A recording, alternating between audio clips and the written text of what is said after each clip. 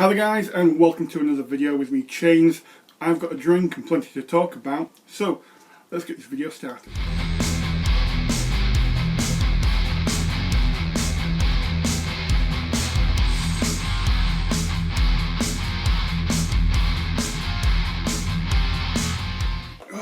Right then, let's get on with them.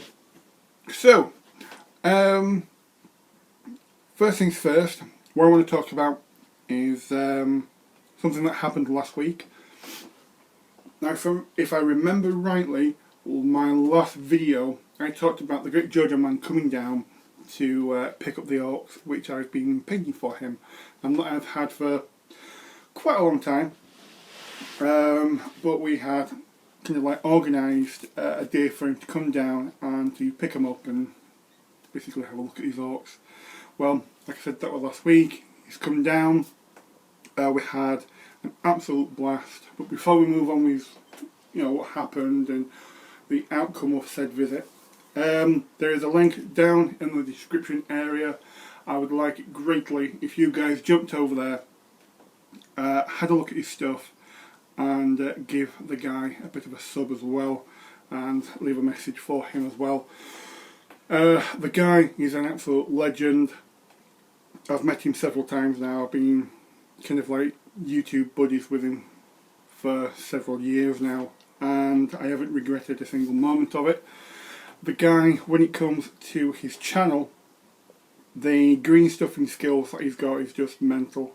It was only recently really that I got back into watching his channel and having a look over what he's been doing with his orcs, and some of his skills have jumped forward immensely. Yeah, just go check him out, you will not regret it. The guy's brilliant. So, moving back on track, yeah, Paul came down, he had a look at his orcs and thoroughly liked what he saw, and when he came down to the shed, same again, liked what he saw, and by the looks of it there's the possible talks of him coming down to spend some more time here. So we had a couple of games of 40k using his orcs that I'd painted up for him, my 30k Blood Angels, which I'm currently on the go with, and basically just hammered out a couple of games. They weren't competitive in any way, shape or form, well, not from my end anyway. They were just there to play a game basically and have some fun.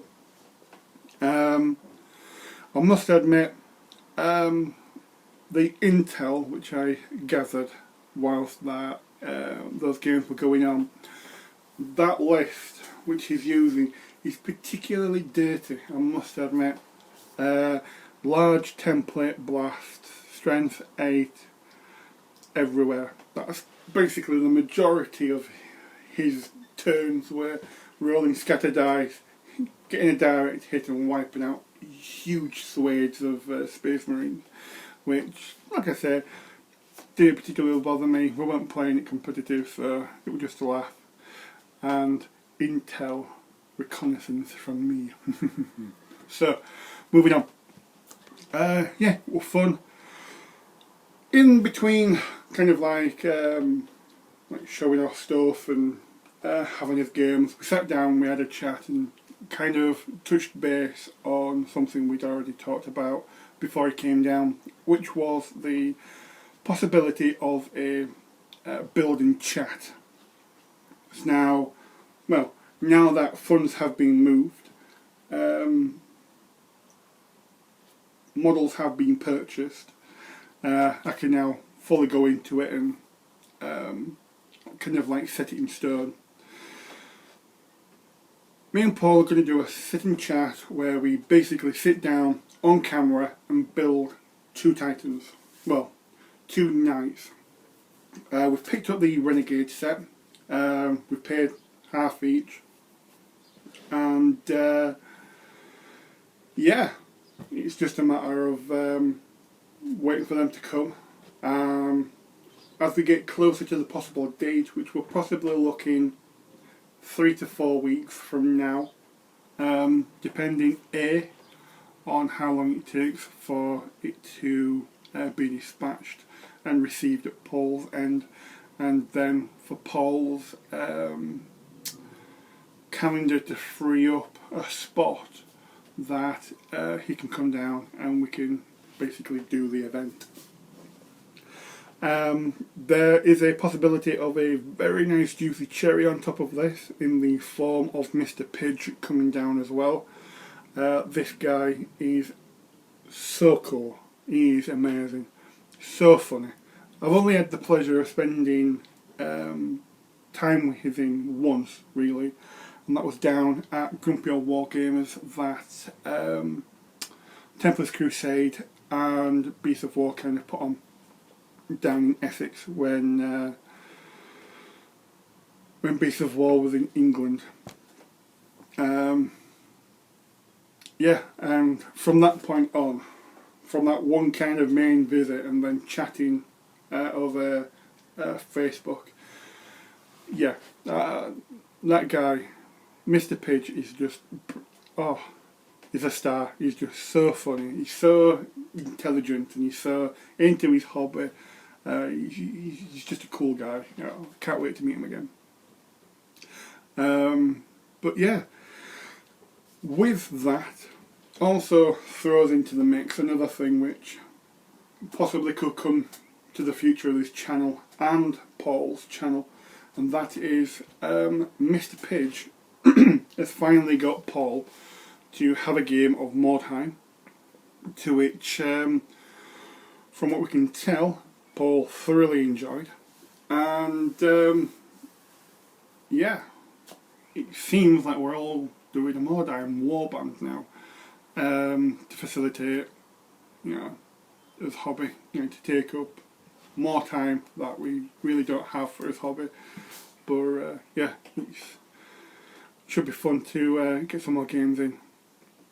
And I have my first game of it. It looks like Frostgrave is teetering on the precipice at the moment in time. We're not too. I personally would like to get into it. I don't think Mr. Pidge has played it yet, but he's interested in playing it. Paul's a bit. I think Paul's got one leg already over the fence of no. He's onto the no side, because at the end of the day, you know, he's got his 40k, he's got his Mordheim, he's got his Kings of War with his Trimmer, his nature army, and then he's also got his warband for Mordheim. And then to throw in another warband, when really, what I've actually said to him is, all you really need to collect is your wizards and your apprentice. Once you've got them done, I'll deal with the rest. So I will do all the men for the warbands and that sort of stuff, which then kind of limits Frostgrave to only being played wherever I am, really, because I've got the warband miniatures. So we'll see about Frostgrave. It would be nice, but you know, within the circle of friends that I've got that I'm talking to, which isn't that big, yeah, it's not looking promising at all. But yeah, fingers crossed. Maybe in the future. When Mordheim or Kings of War or whatever's run its course, there's a possibility of us coming back to it. So I'm not completely giving up the idea of it, but for the moment, I've still got my skirmishy warbandy type game in the form of Mordheim, which is interesting. I'm going to be going down the route of the greenskins. Going to go with Dub Mob, the boys. As if I've not painted enough greenskin, it's all I can seem to be paint at the moment in time. Is just greenskin. I've got some of the old. Well, I've got all three of the old Manfred von Carstein family. Well, all the von Carsteins. Manfred, Vlad and Isabella. I've got the old ones, so I might paint them up and use these skeletons, which I'm using for Frostgrave, as part of my wall band, and pick up some odd like flagellants and that sort of stuff and paint them up as dregs. But yeah, that's pretty much that. On to like hobby time. Obviously, you know about the orcs now. I have been digging through my bits box and finding the old fantasy models which I've got laid about from way back. And on top of that, I need terrain. So terrain has pretty much been my main focus for quite a while now. So let's get some showing and telling. Oh, pardon me. Now, you all know about the forest that I did, that I put a commission out for and I've received. Yes, you've probably seen it in, well, it was part of my previous video where I sat behind it and talked shit about it.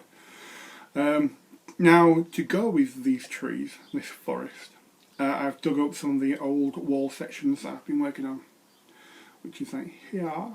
So the actual walls themselves, I got off eBay from like a railroad hobbyist. Mounted them on MDF, thin MDF. You're looking at about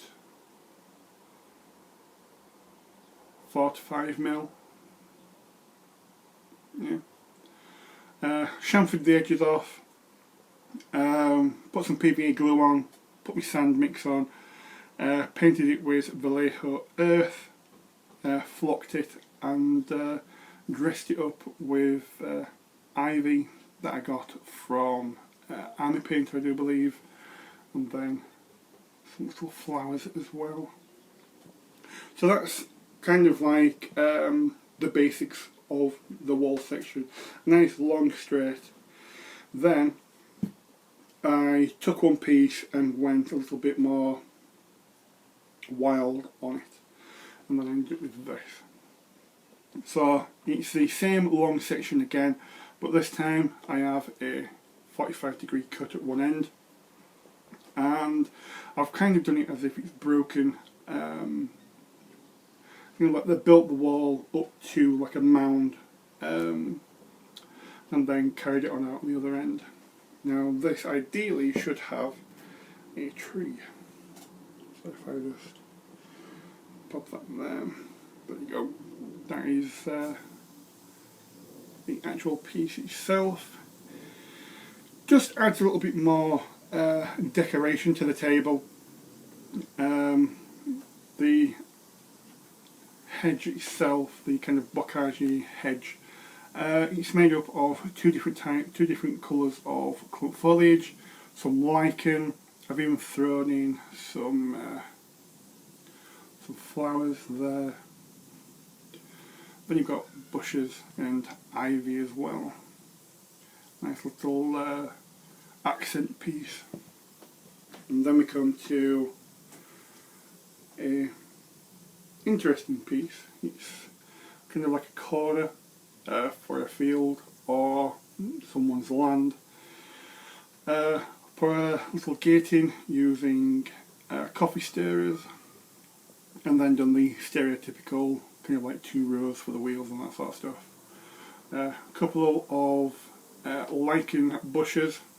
If we flip it around again, you also get the little flowers and some more clump foliage bushes. Now, funnily enough, I don't know if I did this on purpose or not. I don't have it at hand at the moment in time, but I'm using a Matchbox Willys Jeep for my Jeeps in bolt action, and it fits perfectly on here. So nice little rendition there for terrain. Then I went a little bit wild. I got some like hardboard. We bought some furniture, and they put these hardboard kind of like reinforcements in. Let's see what I've got here. So yeah, they've just put like glossy hardboard in. It's a couple of mil thick, say about 3 mil thick. It's nice material. There's plenty of it. So I decided, I would rebase the buildings that I've got, and I would make myself a pond. And here we are. And I must admit, I'm really, really happy with it. It's there's a brush around here. No, it's there it is. I'm really, really pleased with it. I didn't think it would come out looking as nice as it did. But there we are. Again. Same materials, using, basically I use like builder sand when I do my terrain and that sort of stuff, and it comes in with like small stones, and if you use a sieve it all out and save the small pebbles and stones and stuff, they make nice little accent pieces around walls and ponds like this. Same materials have been used, the flowers down here, the same clump foliage, the 2 different types, and the lichen as well to make like bushes. And the newest addition are the long grasses or reeds in the pond, which is basically horsehair from what I can tell. Ooh, a tree just there, that would be nice. Possibly. So yeah, that's one thing I've been working on. These could, in theory, make their way into the Mordheim games. That ideally for my bulk action. Speaking of which, little veg patches. Yeah, they're cool. Pretty funny. A bit out of scale. Them cabbages must be like yay big then, because they are huge. Now, the other piece, some of you will probably already know what I'm on about by holding this up. The other piece of terrain which I'm working with is the Simba Super Play Castle. Now I've picked up 2 of them. I won't be going into much detail, but if you do want me to go into detail with like a product review / wargamers approach to it, I can do. But yeah, I've got 2 of them to be working on, and I'm sure they will definitely make their way into the Mordheim games set here. The buildings aren't really suitable for medieval play, so they won't be seen really. So yeah, it's just a matter of trying to get hold of some old Warhammer scenery, well, the old Warhammer fantasy scenery, like the Wizard's Towers. There was one kind of like one piece that was like a hill, like rocky patch, with like a small castle or tower, and then had this scaffolding pushing out, and it looked really, really nice. I just want to try and get my hands on some of that old Warhammer fantasy terrain now for Mordheim and Frostgrave and that sort of stuff, just to help build up a collection of stuff. For the most part, I am now looking to pick up a couple of gaming mats to help diversify his play. As nice as this grass mat is, we could get away with it a couple of times with Mordheim, but I'm looking to pick up a fat mat called Urban City 2, I believe. The 6x4. I've seen it being used on Mordheim, bat reps, that sort of stuff. And it looks like a nice gaming map. It's a nice little urban city with nicely printed roads and pavements, with a nice area for buildings and that sort of stuff. Should be nice. Should be nice. And I'm also looking to pick up some of the new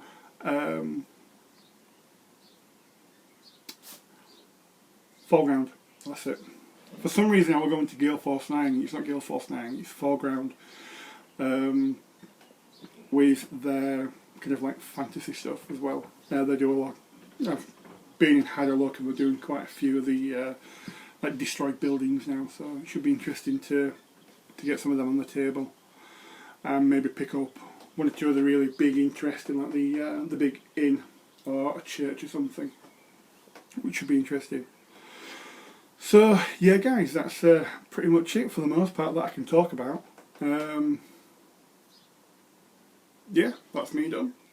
Okay guys, well, thank you for coming and watching. Don't forget to comment, rate and subscribe as normal, and yeah, like I say, links down there for the Greatjojomans channel. Don't forget to go check him out and show him some love, and I'll see you guys in the next video. Bye bye.